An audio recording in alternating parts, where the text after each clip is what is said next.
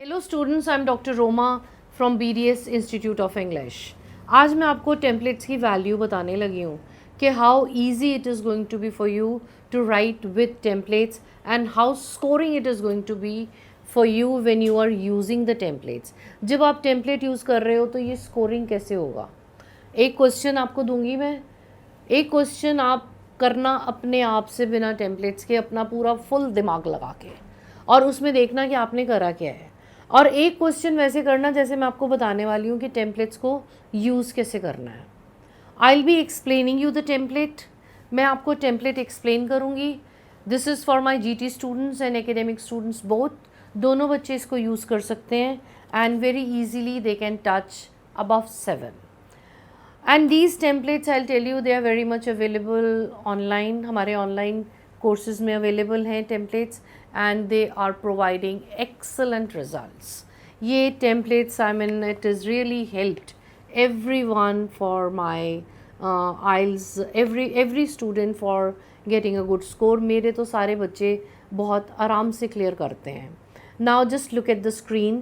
ये हम share करने वाले हैं screen problematic टेम्पलेट्स वो उतने ही हैं जितनी टाइप्स के एसेज हैं। One sided, both sided, to what extent do you agree, problematic and solutions. फिर उसके बाद टेम्पलेट जो है मैंने आपको वो भी दिया है, I mean discuss both sides and give your opinion. जितनी तरह के क्वेश्चंस हैं उसी तरह के टेम्पलेट्स हैं। टेम्पलेट्स को अच्छे से पढ़ के उसको आप मोल्ड करके भी लगा सकते हो। जो बच्चे नहीं मोल्ड कर सकते एज इट इज़ भी लगा दें।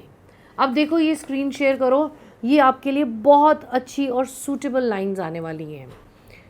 Needless to say that, oblique मर्जी है लगाओ, मर्जी है ये स्टार्ट कर दो। It is undeniable fact that के बीच में क्वेश्चन आ जाएगा। जो भी आपको क्वेश्चन दिया हुआ है क्वेश्चन की रीफ्रेजिंग करके उस दैट में फिल कर देना। दैट का मीन ब्लैंक है कि ये हर जगह यूज़ होगा। टेम्पलेट्स बच्चे, आई विल टेल यू सीधी सादी लैंग्वेज में, it is just like a stepney. जहाँ पे भी आपकी बाइक, स्कूटर, एक्टिवा, जो भी कार भी पंचर होती है, इसको उठाओ लगा दो, चल पड़ेगी आपकी गाड़ी। ध्यान से देखो, it is undeniable fact that में क्वेश्चन रिफ्रेज हो जाएगा। wreaks havoc not only on developed nations but also to the third world countries which have led। अब ये जो टेम्पलेट्स है ना, ये आपने इतना पोर्शन समझना भी है और हो सके तो याद भी कर लेना। सारा कुछ आपके पास लिखा हुआ है, सिर्फ ब्लैंक जो है ना दैट, उसके बीच में आपने क्वेश्चन को फिल करना है। अब क्वेश्चन को रीफ्रेज करके एक तो हमने ऊपर वाले दैट में फिल कर दिया।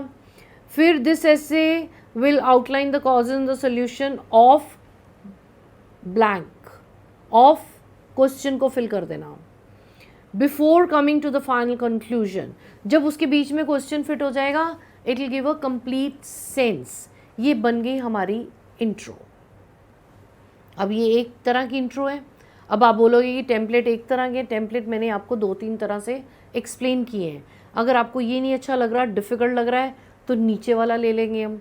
मैंने और भी दिया आपको, एक और भी टेम्पलेट है, वो बाद में है। ये देखो, और ऑफ लेट ब्लैंक जितना भी है इसमें क्वेश्चन की रीफ्रेजिंग होनी है।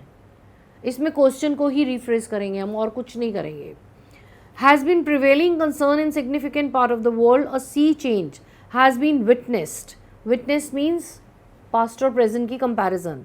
ये आपने लिखना नहीं है ब्रैकेट में, विटनेस तक छोड़ देना। The following paragraphs would elucidate possible reasons for the problem and purpose of handful remedies। remedial measures होते हैं solutions। problem और solution ये थोड़ा easy है, blank में आना क्वेश्चन ही है, क्वेश्चन की रीफ्रेजिंग आएगी। अगर आपने ये टेम्पलेट विद स्पेलिंग ऐसे ही प्रिपेयर कर लिया और बीच में क्वेश्चन को रिफ्रेज कर दिया, it is going to be a very very good introduction. I hope this is clear. इसके बाद मैंने क्वेश्चन देना है, फिर आपको पॉइंटर्स देने हैं, और वो पॉइंटर्स आपको बोलना आप खुद से इस टेम्पलेट को प्रिपेयर करके फिट करो।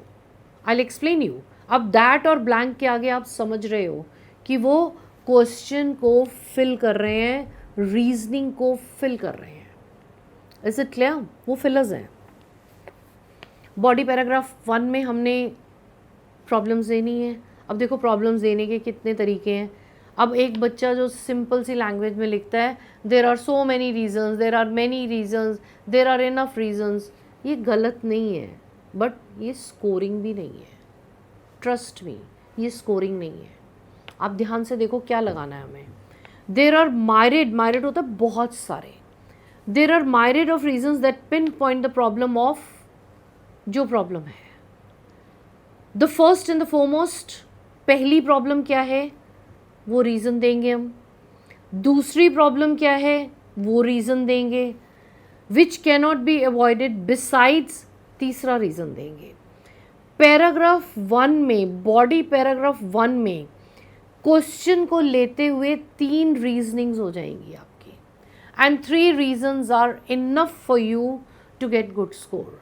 हर रीज़न को थोड़ा सा एक लाइन में, 2 लाइन में उसको सपोर्ट कर दो। वो सपोर्ट करने से क्या होगा, इसकी वर्ड लिमिट प्रॉपर हो जाएगी। That is a way how you are going to fill these paragraphs. अब थर्ड पैराग्राफ हमें देना है सॉल्यूशन। सॉल्यूशन देखो क्या होगा।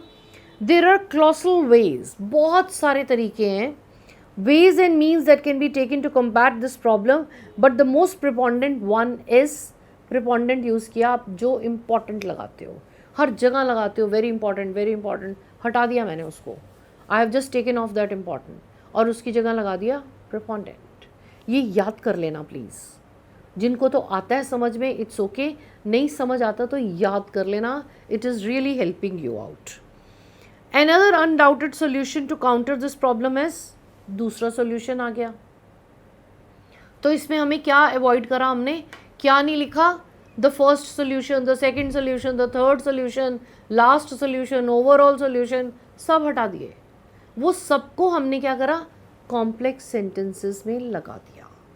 और ये कॉम्प्लेक्स सेंटेंसेस में सिर्फ आपके लिए लगाया कि आपको समझ में आ जाए कि जो दैट लगा हुआ है, जो ब्लैंक लगा हुआ है, उसके बीच में हमने कैसे फिल करना है। इसके बाद मैं आपको क्वेश्चन दूंगी। I will share the question with you on the screen, the pointers I will share with you, and I will give you a very very easy assignment कि ये टेम्पलेट्स आपके पास हैं, इनको ध्यान से देखो, पढ़ो, और वो दैट जहाँ लगा है, ऑफ जहाँ लगा है, ब्लैंक जहाँ लगा है, उसमें वो सॉल्यूशंस फिट करो। Now I was discussing this body paragraph 2। Now another undoubted to counter this problem is, ये solution आ गया, furthermore connector आ गया, इसके बाद फिर एक और solution लगा दो। तो एक पैराग्राफ में जब 3 प्रॉब्लम्स, 3 सॉल्यूशंस हमने डिस्कस कर लिए, तो हमें स्कोर आराम से मिलेगा ही मिलेगा, because we are just following the statement, कि जो स्टेटमेंट पूछी हम उसके अकॉर्डिंगली आंसर कर रहे हैं। Thus, if above steps are taken appropriately, the problem may find their solutions. So, हमें कहने की ज़रूरत ही नहीं है ये problems हैं, ये solutions हैं, these are the problems, these are the solutions. No, just frame it into a very good words. That's going to be more than enough for you. And the last paragraph is going to be the recapitulation, the conclusion. Conclusion is very easy for you. ये देखो कैसे बनती है। To recapitulate, comma blank. Recapitulate means ऊपर वाला question फिर से rephrase होके नीचे आ जाएगा। Can be solved if above measures are taken. ये लिख सकते हो, या इसको ऐसे सपोर्ट कर सकते हो। To recapitulate, it is stated that the government and individuals both should put their best foot forward together to curb this menace. अब इसको सपोर्ट करके लिख सकते हो, पैराग्राफ को थोड़ा सा बड़ा भी कर सकते हो। Now look at the question.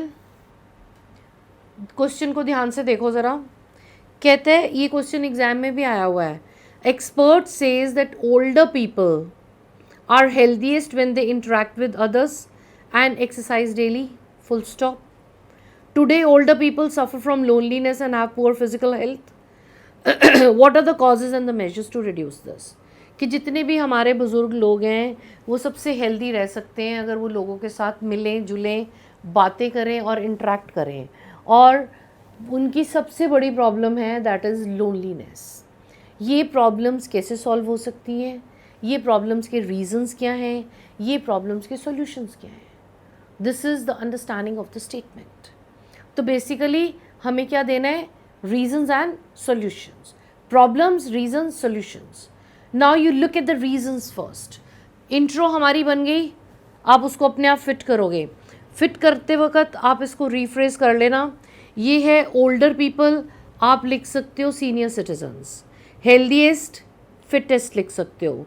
Interact, intermingle लिख सकते हो। See, I have just explained you that how are you going to rephrase your statement and you are going to use it in your template. Now you will be just for your comfort, I have given you the background of it, that older people, they are the senior citizens of the country, they are the most respectable section of society, so it is important for them to be healthy. But what are the reasons why they are just suffering from loneliness? We have to answer the question. I'll be giving you the list of reasons, the pointers, and these pointers you will be fitting in your template. आप खुद से fit करके देखना, it's going to be so easy. The solution will be in front of you, read it very carefully, go through the templates once, twice, thrice, जब तक आपको समझ में नहीं आते। उसके बाद जो सोल्यूशन है, राइटिंग के सोल्यूशंस को पढ़िए, फिर खुद से फिट करके देखना, and you will realize, you will find a sea change in your writings. आपको लगेगा इतना चेंज है कि मैं कैसे लिख रहा था, कैसे मैंने लिखा है इसको, और ये कैसे होना चाहिए। It's going to be full of complex sentences. Now look at the first reason. Now there are myriad of reasons for loneliness which further affect their physical health and mental health. Old people are suffering from an unsaid disease, that is loneliness. It is due to the structure of the family that is changing from joint to nuclear. ये मैंने first reason आपको समझा दिया। Secondly, there is a heavy industrialization. No doubt it is a positive development. But on the other hand, what is happening with this? People are migrating. The rate of migration is increasing, and the families, they are left alone with a small structure. Nowadays the rate of literacy is also increasing. Women is working, and when the women is working, it is getting very difficult for the old people to be at home or taking care of them. सारे बच्चे सब लोग इधर उधर चले जाते हैं, तो बुज़ुर्ग जो घर में हैं, आई मीन एल्डरली पीपल हैं, they are all alone. 3 reasons उसमें लगा देना, it's going to be easy. अब देखो सोल्यूशंस भी कितने ईजी तरीके से मैंने आपको बता दिए। To be busy is a very healthy, to be busy is very healthy. It is rightly said that it is important for the old people, they should interact, but they should interact in their peer groups. पहला solution है, old people they should interact in their peer groups. उनको अपनी जैसी age group में मिलना जुलना चाहिए, clubs में जाना चाहिए, पार्क्स में जाना चाहिए, योगा क्लब्स होने चाहिए, लाफिंग क्लब्स हैं, फिर जोक्स क्लब्स हैं, बहुत सारी चीज़ें हैं। क्लब का ये मतलब है एन एसोसिएशन बीइंग टुगेदर। ये फर्स्ट सोल्यूशन दे दिया हमने।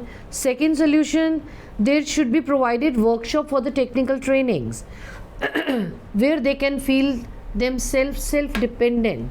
अब टेक्निकल ट्रेनिंग क्या है? टेक्निकल ट्रेनिंग का मीनिंग है कि बुज़ुर्गों को एटलीस्ट हम टेक्निक सिखा दें। जब कोई ओल्ड पर्सन आपके पास आता है और बोलता है कि मेरे को ज़रा इंस्टा चलाना सिखा दो, आप क्या बोलते हो? भाई ये 2 बटन्स हैं, एक रेड और एक ग्रीन, इनको चला लो और बंद कर दो, मुझे नहीं पता कैसे चलता है। अगर उनको हम टेक्निकली एडवांस करेंगे, टेक फ्रेंडली करेंगे, वो सेल्फ डिपेंडेंट हो जाएंगे, लोगों से इंटरेक्ट करेंगे, वर्चुअल वर्ल्ड में आएंगे, अर्निंग कर सकेंगे और बीमार कम होंगे, लोनलीनेस कम होगी। ये एक सॉल्यूशन दिया है उसको। ये भी आप देखो 3-4 लाइंस हैं, वो दैट के बाद उसको फिट कर लेना। Now there should be old age homes, entertainment facilities, transportation which keeps them always busy. कि उनका अगर कहीं जाने का दिल कर रहा है तो ऐसा तो नहीं है उनके पास ट्रांसपोर्टेशन ही नहीं है। They should have, government should provide such facilities because they have served the nation, they have served the family for such a long time. मैंने इसमें वही पढ़ा जो मैंने आपके साथ स्क्रीन शेयर की है, तो आप इसको पढ़ के अपने वर्ड्स में भी लगा सकते हो and you can make the essay very effective. Now, awareness about exercise, healthy diet should be provided to them. This is a role of young generation. The diet, exercise, workouts, they should be provided to the old age people, and this is a duty of the youngsters. Role of young generation should not be ignored. These are so many solutions. अब अगर ऊपर आपने इतनी complex language लिख के नीचे थोड़ी simple language भी लिख दी तो वो एस्से की बैलेंसिंग हो जाएगी.